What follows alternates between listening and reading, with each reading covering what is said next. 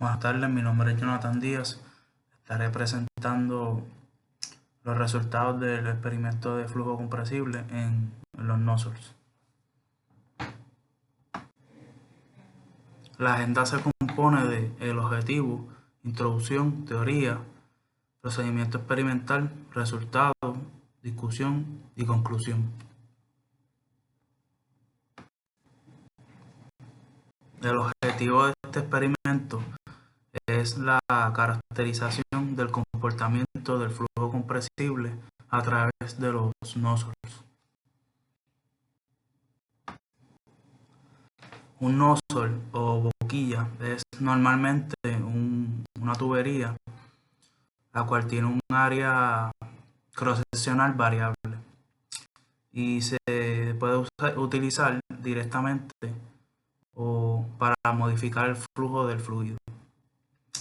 Estos nozzles frecuentemente se utilizan para controlar la velocidad del flujo, la rapidez, dirección, masa, la figura o presión de la corriente que emerge de ellos. El propósito de este laboratorio es estudiar los efectos de la geometría asociada con el rendimiento del flujo másico en el nozzle. Estos nozzles son componentes vitales en los motores de jet, cohetes, inyectors e inyectores, etc. En otras palabras, estos nozzles se pueden definir como, ¿verdad?, pasajes apropiadamente, ¿verdad?, diseñados en el cual el fluido se acelera y se expande desde alta presión a baja presión. En este experimento, el comportamiento del flujo compresible es estudiado cuando pasa a través del flujo del nozzle. El Mach number o número de Mach es definido como el ratio entre la velocidad del fluido y la velocidad del sonido, el cual, si el número de Mach es menor de 1, se considera flujo subsónico, y si este pasa de 1, se considera flujo supersónico. Se puede, ¿verdad?, expresar con la siguiente fórmula: V sobre A, que A sería la velocidad del sonido. Y la velocidad del sonido se puede calcular con la siguiente fórmula: es igual a la raíz cuadrada de K por R por T. En una expansión a través de un túnel, si es reversible y adiabático en una sola dimensión, se puede expresar con las siguientes expresiones o fórmulas: V sub x es igual a la raíz cuadrada de 2 por la diferencia de h sub i menos h sub x, y a sub x es igual a m punto por v pequeña sub x sobre v grande sub x. En el caso de que la relación de P y V se asuma como una expansión, se dice que P por V a la K es constante y se expresa con la siguiente fórmula que se puede observar: de h sub i menos h sub x. Sustituyendo la fórmula anterior en la fórmula de a sub x, obtenemos la fórmula de v sub x, que se puede observar en el diagrama.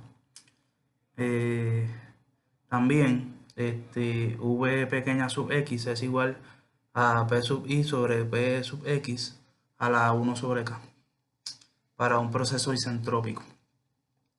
Y sustituyendo v grande sub x y v pequeña sub x, se forman las siguientes expresiones o fórmulas: de a sub x y m punto sobre a sub x, que se pueden observar. La expresión anterior tiene un valor máximo cuando P sub X sobre P sub Y es igual a 2 sobre K más 1, todo eso sobre a la K sobre K menos 1, el cual esto se llama el ratio de presión crítica, en el cual M punto es constante y M punto sobre A sub X es máximo cuando A sub X tiene el valor más pequeño eh, en el throat. Y se forma, ¿verdad? La fórmula que se puede observar. P sub T sobre P sub I es igual a 2 sobre K más 1. Todo eso a la K sobre K menos 1. O también tenemos V sub T, que es igual a la raíz de K por P sub T por V sub T, el cual es la rapidez local del sonido o la velocidad local del sonido. Sustituyendo la condición del throat en la fórmula de V sub T, podemos obtener las siguientes ecuaciones. De A sub X sobre A sub T, y tenemos la de la salida del nozzle, que es A sub 0 sobre A sub T. Cuando un fluido fluye steady a través de un conducto que tiene un área cross-seccional que varía con la distancia axial, se utiliza lo que es la ecuación de conservación de masa, o M punto es igual a ρ por V por A, bajo la condición que es llamada choke flow, y es donde el flujo másico es máximo. En el nozzle convergente y divergente, el fluido, ¿verdad? Fluye a través de la parte convergente del nozzle, en la cual la velocidad se incrementa hasta que el área de cross-seccional del nozzle llegue a su valor más pequeño. La velocidad máxima posible en el cual puede llegar es la velocidad del sonido, ¿verdad? Dependiendo en las condiciones del conducto, ¿verdad? En la entrada y en la salida. En el throat tenemos que A es igual a A sub T. La velocidad máxima es fija, que es la velocidad del sonido. En esta figura podemos observar desde la A hasta la G las diferentes condiciones que se pueden observar en un nozzle. Tenemos en la A el flujo subsónico, en la B tenemos flujo choke, tenemos en la C choke en el nozzle, en el D tenemos choke en la salida, en la E tenemos sobreexpansión, en la F tenemos condición de diseño y en la G tenemos bajo expansión. Flujo isentrópico en un nozzle convergente. El flujo a través del nozzle convergente es suplido por una gran recámara, donde las condiciones de estancamiento son asumidas. El flujo es inducido por una bomba de vacío downstream y es controlado por una válvula. El back pressure, PB, en la cual el nozzle descarga, es controlado por una válvula. Las condiciones de estancamiento upstream, ¿verdad? T0, P0, etc., son mantenidas constantes. La presión en el plano de salida del nozzle es PE, la cual, ¿verdad?, investiga lo que son los efectos de las variaciones de del back pressure en la distribución de presión a través del nozzle, en la masa, en el flujo másico y en el plano de salida de presión. Entonces, también cuando la válvula está cerrada, no hay flujo en el nozzle. La presión es P0. Y entonces, si el back pressure es reducido un poquito menos de P0, habrá, ¿verdad? El flujo en la salida del plano será subsónico. Con la salida del plano, la presión de salida del plano será igual a la presión del back pressure. Flujo isentrópico en un nozzle convergente divergente. Ahora el flujo isentrópico en un nozzle convergente divergente es inducido por una bomba de vacío downstream y es controlado por una válvula. Las condiciones de estancamiento upstream son asumidas constantes. Entonces la presión en el plano de salida del nozzle es PE, sigue siendo igual, y el nozzle, la descarga del nozzle al back pressure. Para el procedimiento experimental en el nozzle C y A tenemos, ¿verdad?, los siguientes pasos. El primero es cerrar la válvula de entrada de aire y, ¿verdad?, poner el nozzle C convergente en la unidad y, ¿verdad?, empezando en la posición número 1, conectar, ¿verdad?, todos los tappings de presión. Segundo, hay que, ¿verdad?, seleccionar un gauge pressure de entrada a aproximadamente 700 kilopascales y debe mantenerse constante a través de hasta el paso desde el paso B hasta el paso E. Tercero, hay que cerrar la válvula del back pressure o la salida de presión de la válvula hasta que la presión de salida y la presión de entrada sean iguales, o P0 sea igual a PI, obteniendo un flujo de aire de 0. Cuarto, hay gradualmente ir abriendo la válvula de control de presión de la salida, dejando que el back gauge pressure, ¿verdad?, P0,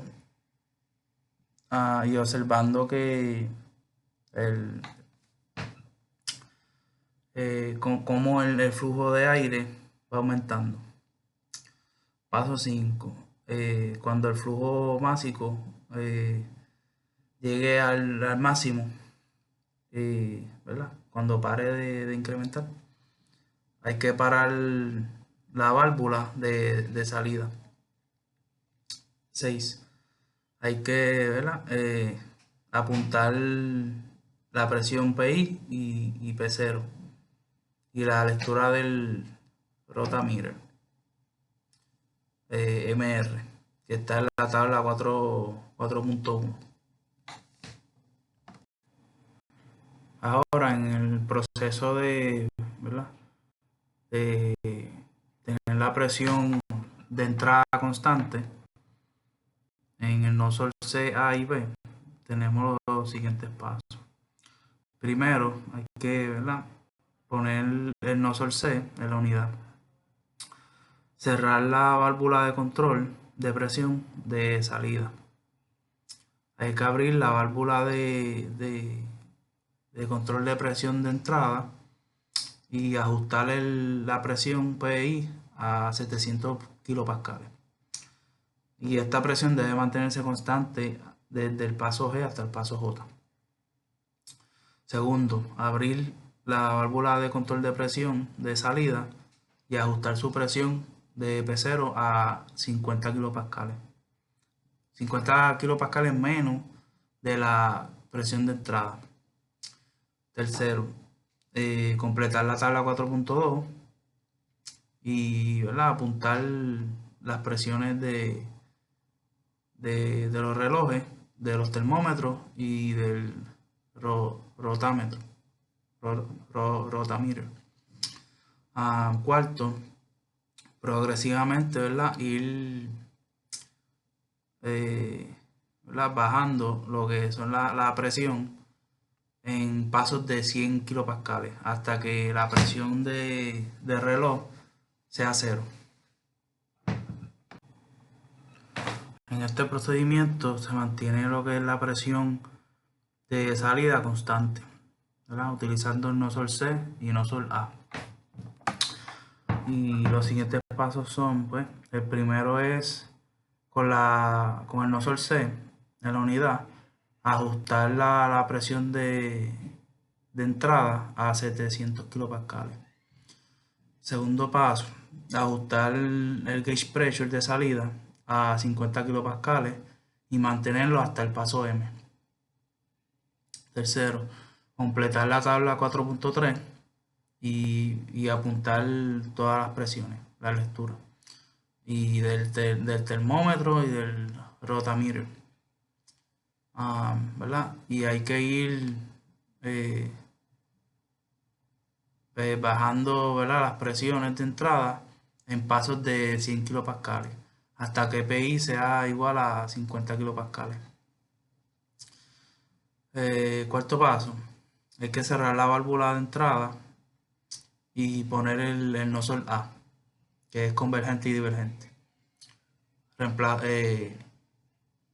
reemplazando el nozzle C que estaba anteriormente. Entonces hay que repetir el paso B hasta el M, ¿verdad? Completar la tabla 4.4, completar la tabla 4.5 y la tabla 4.6. Y el paso 5, finalmente, cerrar la válvula de control de presión de entrada y poner el nozzle B en la unidad. Y completar la tabla 4.7, repitiendo los pasos desde G hasta la J. Los resultados tenemos, ¿verdad?, la tabla 4.2, ¿verdad?, con la presión de entrada constante en el nozzle A. En esta tabla B se pueden observar la temperatura de entrada, temperatura de salida, la lectura del rotameter, la presión de entrada, presión de salida, y tenemos las presiones de tapping, presión 1, presión 2, presión 3, 4, 5, hasta la 8. Tuvimos, ¿verdad?, hicimos 14 lecturas del mismo y los valores, ¿verdad?, fueron los esperados. Aquí se puede observar la tabla 4.2 para el nozzle B, el cual es convergente, es un nozzle convergente divergente corto.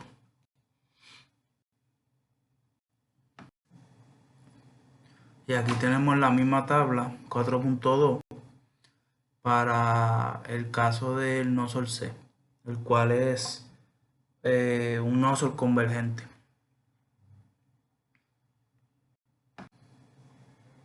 Aquí tenemos la tabla 4.3 para el nozzle A.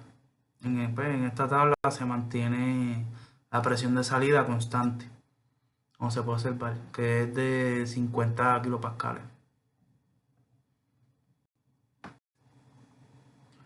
Aquí se puede observar la tabla 4.4, Experiment Data for Choking Effect. Tenemos, ¿verdad?, las dos observaciones, tanto del nozzle C como del nozzle A. También tenemos la segunda tabla, que es variando el flujo de masa de aire debido a P0 sobre Pi, ¿verdad? Teniendo una temperatura de entrada de 296 kelvins y una presión de entrada de 700 kilopascales. Igual que las tablas anteriores, se tomaron 14 observaciones. Y tomando en cuenta el no sol A, no sol B y el no sol C. En esta gráfica podemos observar la variación de flujo de masa de aire debido al aumento de presión en el no sol A. Como se puede observar, mientras iba aumentando la presión, el flujo de masa se mantuvo constante todo el tiempo, prácticamente. Esto se debe a la conservación de masa, ¿verdad? El flujo de masa se va a mantener constante, ya que es independiente de la presión. En esta gráfica, al igual que en la anterior, se puede observar la variación de flujo de masa de aire, ¿verdad? Mientras va incrementando el ratio de presión. En este caso, en el no sol B. Como se puede observar, pues también el flujo de masa se mantiene constante, menos en la parte aproximadamente punto 8, punto 9, se ve que disminuyó. Esto entiendo que se debe a un error en la lectura. Y en esta gráfica se puede observar la variación de flujo de masa de aire debido, ¿verdad?, al ratio de presión, pero en el no sol C. Que igual, ¿verdad?, también se mantiene constante el flujo másico. Aquí se puede observar la tabla 4.10, ¿verdad?, que es la variación de flujo de masa debido a la presión de entrada. En este caso, del no sol A y del no sol C. En este caso, se varía lo que es la presión de entrada, o PI, y ahora sí el flujo de masa varía con la presión. Mientras menos presión de entrada haya, menos flujo de masa. Esto se debe a que es proporcional. O sea, el flujo de masa depende de la presión de entrada, en este caso. Igual, por eso se ve que va disminuyendo el flujo debido a la presión. En estas gráficas se puede observar, ¿verdad?, la variación del flujo de masa con respecto a la presión de entrada, ¿verdad?, en el no sol A, no sol C, y el cual, ¿ves?, como se observa, es lineal, como se espera. Esto se debe a la ecuación 4.14, que, ¿verdad?, el flujo másico es igual a 0.0404 por A sub T por PI, que ahí es, ¿verdad?, donde depende, sobre la raíz de T sub I. Al ser una ecuación lineal, pues se esperaba que la gráfica fuera lineal.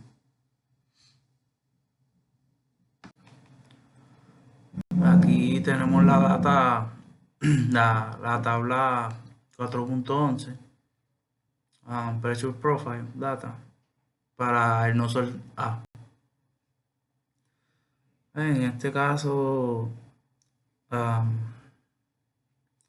presión de entrada se mantiene constante y la presión de salida, varía. Se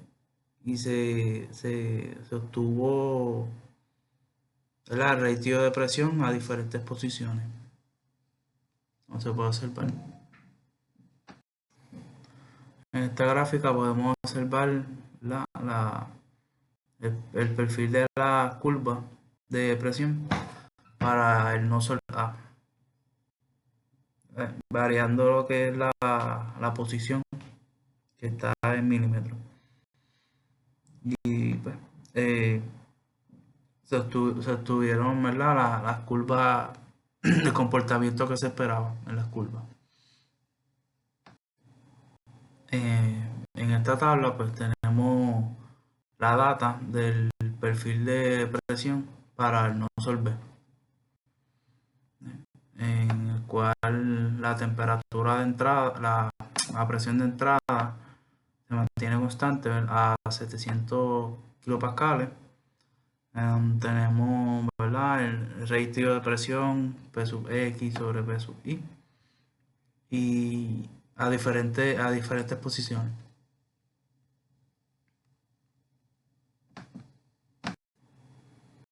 Aquí se puede observar las curvas del perfil, ¿verdad?, de las presiones para el nozzle B, en diferentes overall pressure ratio y diferentes posiciones en milímetros, lo cual tienen el comportamiento que se esperaba.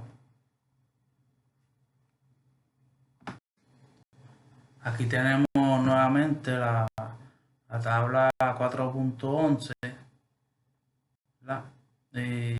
para el nozzle C, cual, ¿verdad?, la presión de entrada se mantiene constante, 700 kilopascales, lo mismo. Y se obtuvo a diferentes posiciones, al igual que en el nozzle A y el nozzle B. Y aquí tenemos las curvas, ¿verdad?, del perfil de presiones para el nozzle C, ¿verdad? Como saben, es convergente, un nozzle convergente, a diferentes overall pressure ratio y a diferentes posiciones. Y se obtuvo las curvas esperadas, comportamiento esperado.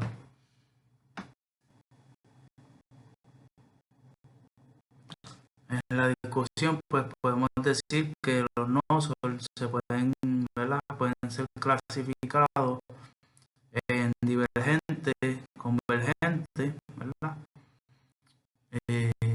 Y pueden, ¿verdad?, incrementar la energía cinética de flujo en cambio de energía interna y presión. Los nozzles convergentes aceleran el flujo a velocidades subsónicas, y el flujo puede llegar a velocidades subsónicas si la relación de presión es bastante alta. Se dice que el nozzle está choke, ¿verdad?, en este caso. El número de Mach en el throat no se incrementa, o sea, no pasa de 1 al aumentar la relación de presión en el nozzle.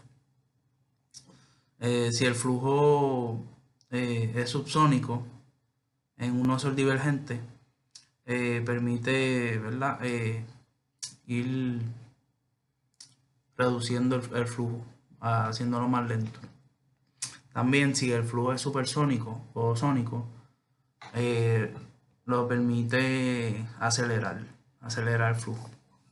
Los nozzles permiten que los fluidos tengan, ¿verdad?, un choque en la sección divergente para acelerar a velocidades supersónicas.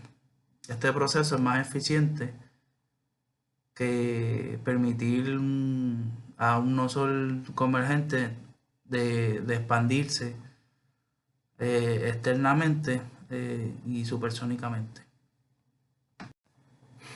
En conclusión, el objetivo de este experimento fue, ¿verdad?, caracterizar el flujo compresible en los nozzles.